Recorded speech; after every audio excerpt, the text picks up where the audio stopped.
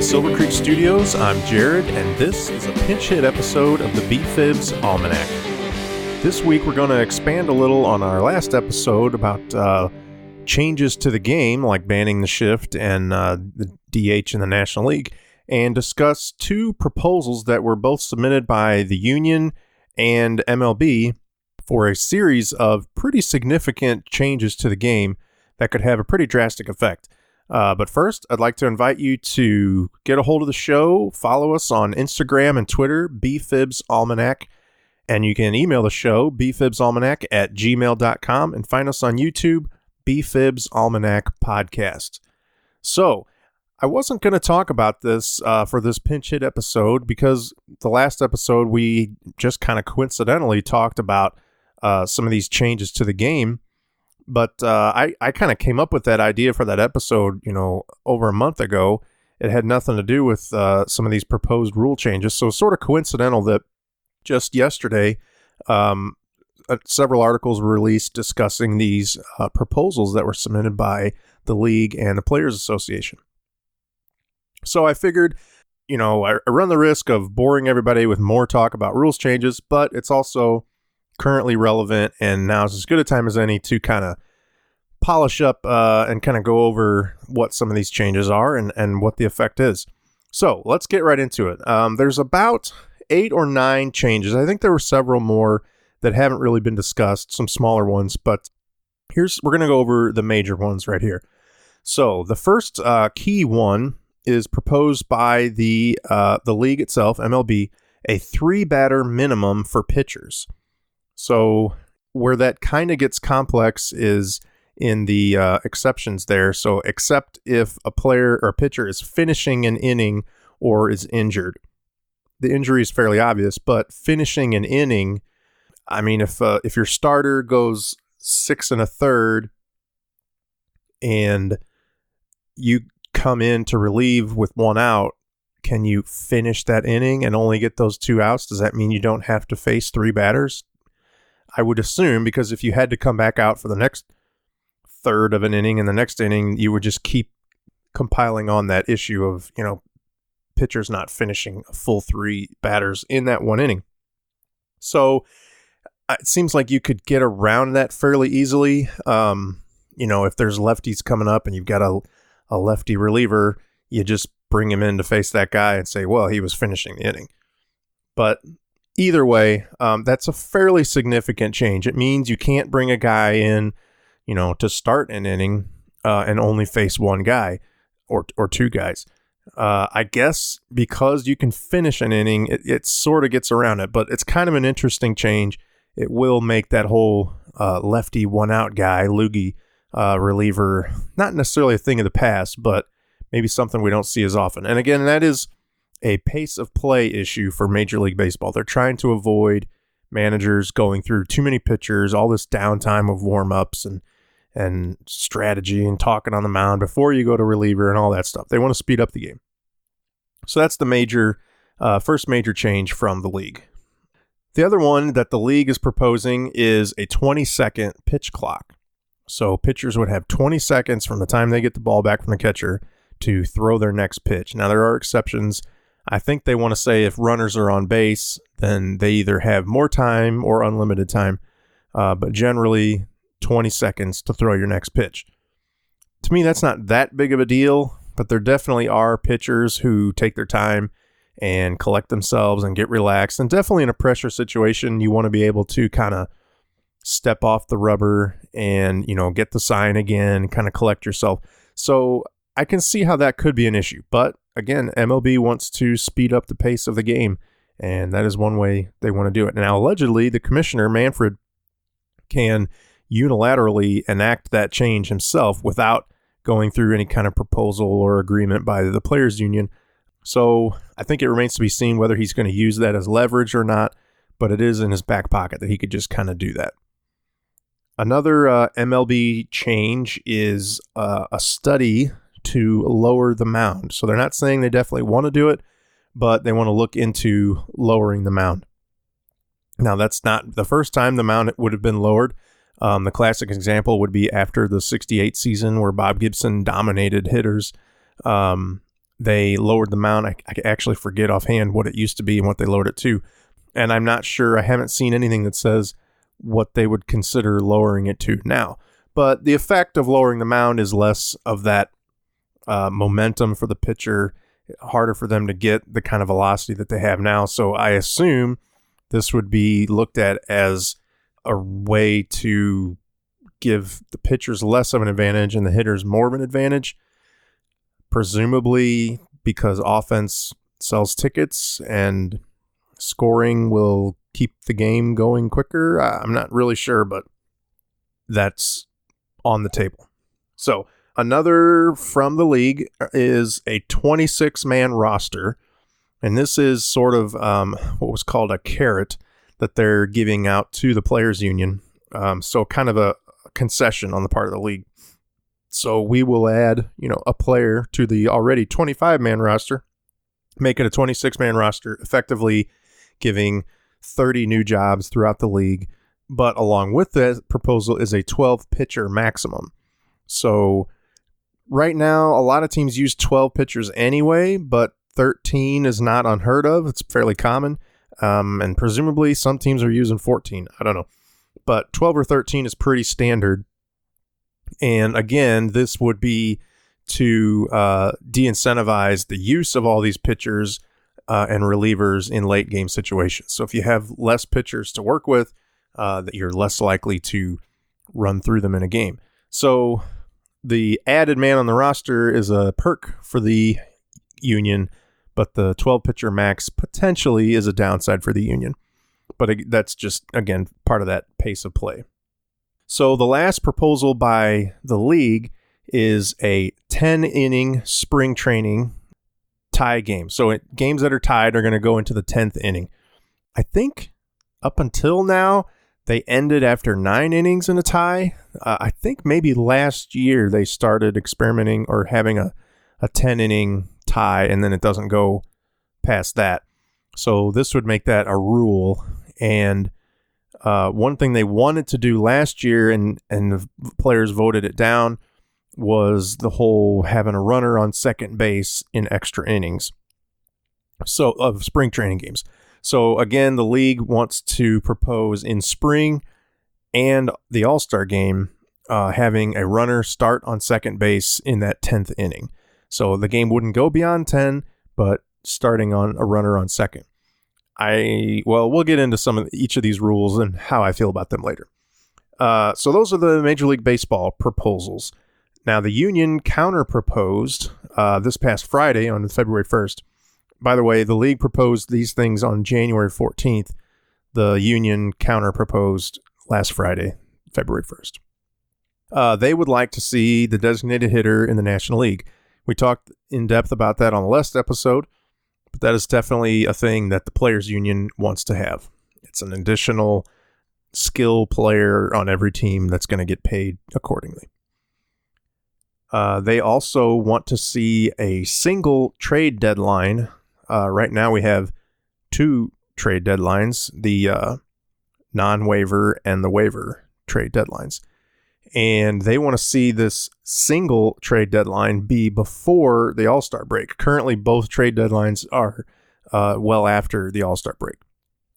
So the reason behind that is, in theory, it will kind of hamstring teams in that first half to kind of have to decide, okay, we need to make a move earlier in the season, solidify our ball club, and by having that mandate earlier, it will incentivize them to sign free agents in the offseason before the season starts. So with added pressure to, make or break your team earlier in the year, you're going to take care of that even earlier in the offseason. I don't necessarily buy into that, that is going to be the effect, but that's the idea.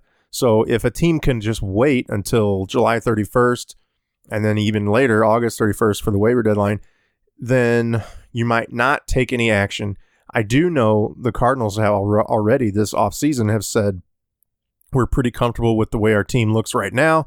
We'll see how things shake out at the beginning of the season, and we may make a move before the trade deadline. So that's exactly what the Players Union is talking about. These teams that are not making any moves, not signing free agents in the offseason because they want to wait and see how they look in the regular season, knowing they have plenty of time to make a trade later in the season. Well, if you don't have plenty of time, if you have to make that decision earlier, then it might encourage you to go ahead and boost up your team in the offseason in the winter. We'll see. So that is one proposal by the Players Union. Another would be draft advantages for winning teams and penalties for losing teams. Part of this same point is also for for younger players who are under team control to earn service time through performance incentives and certain achievements, winning a batting title or playing in the World Series or whatever. The players are tired of seeing tanking teams who are not trying to win, who are trying to do that so that they can get better draft picks. Rebuilding, right? Tanking and rebuilding. And you do that through the draft. Well, what does tanking involve? Not signing good players, not fielding a competitive team.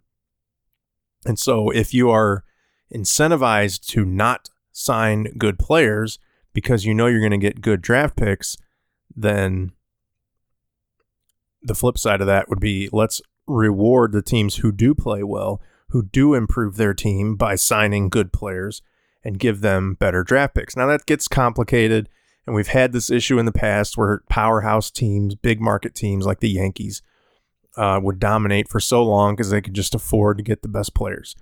And, the competitive balance of that was, well, let's help the teams through the draft who aren't as good. And that will bring them back into competitiveness. The NBA does very similar. All the leagues really do the same kind of thing. But they want to kind of find a way to reward small market teams, especially, that perform well, and find a way to penalize teams that lose more than 90 games in back-to-back seasons or whatever. There's all kinds of ways you could structure that reward and penalty system. But that's the idea, is to get teams to want to compete and want to sign players for more money. What was the last thing that the union proposed? And this is kind of a weird one. They want to be able to offer two-sport amateurs a major league contract. Now, I think that's kind of a deceiving way of saying it. In case you're unaware, there's been the recent story of Kyler Murray, who was going to be drafted by the Oakland Athletics, but is now choosing to go to the NFL. He would only be guaranteed a minor league contract, as all draftees are only allowed to get. And even though he's allegedly so good that a team could want to sign him to a major league contract, they aren't allowed to by the rules. So he's going straight to the NFL to make more money and star right away instead of have to wait years in the minor leagues to work his way up. So the idea being that they could offer, I don't know why they have to specify two-sport amateurs a major league contract. I don't think it would be restricted to that. I think the idea is that they could offer anyone who's drafted a major league contract. And again, I think that just makes it that much quicker that a young player can get to the big leagues and start their service time. So if you had let's just say, Bryce Harper type of guy who, even though he didn't spend a ton of time in the minors, he was down there a couple of years, he could, in theory, come straight to the majors, try to prove himself, and if he does, he's, starting his service time at age 18 instead of age 20 or 21 or whatever. And a lot of these guys don't even start their service time till, much later. So again, that's another, the players are trying to get paid sooner and paid more, and that's part of what's going on with that. So all of these proposed points as a whole are seen as a positive sign. The communication between the players' union and the league is a good thing. The reason for that is the current CBA, the collective bargaining agreement, which outlines a lot of these rules about everything, pay and draft picks and all kinds of stuff. That runs through the 2021 season. And many people are expecting a strike at that point. Players are very upset about the way free agency has been handled the last couple of years, how the salaries have gone way down, the length of contracts have gone way down, just the activity in general. Many players are retiring early because they're going unsigned. So the players' union is trying to do something about that, and people think that they're going to have a hard time gaining any traction, and that they're going to have to strike to have any leverage against the owners. So people are seeing these proposals, and the fact that they're both kind of offering things to the other side to say, okay, what about this? What about that? Is a good sign. So they're having communication. They're working through some things. But really, I think it's not so much that all of these things are going to be enacted. I think it's very unlikely that it's almost impossible that all of them will. It's unlikely that very many of them will. Maybe only one or two of these things will. But they can be used as leverage to negotiate down the road. So when players are upset about this, and this, and the way free agencies handle that, and draft picks are tied in with this signing, and blah, blah, blah, the league can come back and say, okay, well, we'll throw out this thing we wanted to do, and we'll give you this thing you want instead of you striking for, your leverage. Or, same thing with the players. The players will say, okay, we're going to throw out that whole single trade deadline thing that we really want, as long as you give us, no longer tying a draft pick to a player who's given, the 1 year qualifying offer. Whatever, right? So there's all this back and forth. So we'll see how this plays out in a couple of years, but it's a good thing that they're already communicating. Some of these things are good ideas. Some of these things are not good ideas. Real quickly, we're already almost 20 minutes in, but I'll kind of go down the list here on what I think of them. The 3-batter minimum for pitchers, I'm not a fan of. I don't like being, regulating the game. This is how you must do it. You have to take a guy out at this point. You have to bring a new player in at this point. I don't like that. In reality, I don't think it's going to have a huge effect because apparently you can finish an inning. So you just can't start an inning and only face 1 or 2 batters. So whatever. DH in the National League, we've talked about. I'm really not in favor of that. I think they should get rid of the DH in every league across the world, but I think that's probably one of the most likely changes to come soon. The single trade deadline, I kind of do think that's a good idea. I've never really liked having this dual deadline. It just sort of confuses fans. This guy got waived, but he didn't get traded. This guy got traded before being waived. This guy got waived and then traded, and all that stuff. And it is late in the season. I would rather teams kind of figure it out earlier what they're going to do and then make that push. I hate how the push to the playoffs is like the last month. How about a 3-month push to the playoffs? But so I don't have a problem with that. The 20-second pitch clock, I'm not really a fan of. Again, I think players should be able to kind of take their time, pitch at their own pace, but I wouldn't really have a problem with it. I don't think it would affect too many pitchers that much. The 26-man roster, whatever. I'm so used to a 25-man roster. It doesn't, I don't know. I'm not in favor of change, but adding one guy who would most likely be, a bench position player, hitter type is fine. The 12 pitcher max, I'm also kind of okay with. I don't like being told how to run my roster, but most teams only use 12 anyway. 13 is kind of like the limit of what you would use. So I don't think it's going to have a big effect, but again, it's kind of like, don't tell me what to do. The draft advantages for winners and penalties for losers, I like that in theory. I think we need to incentivize winning more and de-incentivize losing, but at the same time, that contributes to the better teams staying better and the worst teams staying bad. Even if they're trying to do better, if they don't, then they don't get those draft picks, and it makes it that much harder to get better. So I think that's complicated, but I'd like to see some kind of interesting solution to that problem. A study to lower the mound. I'm not in favor of changing the mound. It's been this way for, 50 years almost, or right at. And, let's leave it alone. Pitchers are going to adjust. Hitters are going to adjust to each other throughout the years. And, it's not like pitchers have been dominating for decades. I think we don't need to mess with the mound. Leave the field the way it is. The two-sport amateur signing a major league contract. I guess I'm in favor of being able to offer a draftee a major league contract if you think he's worth it. But I also don't see many teams wanting to do that.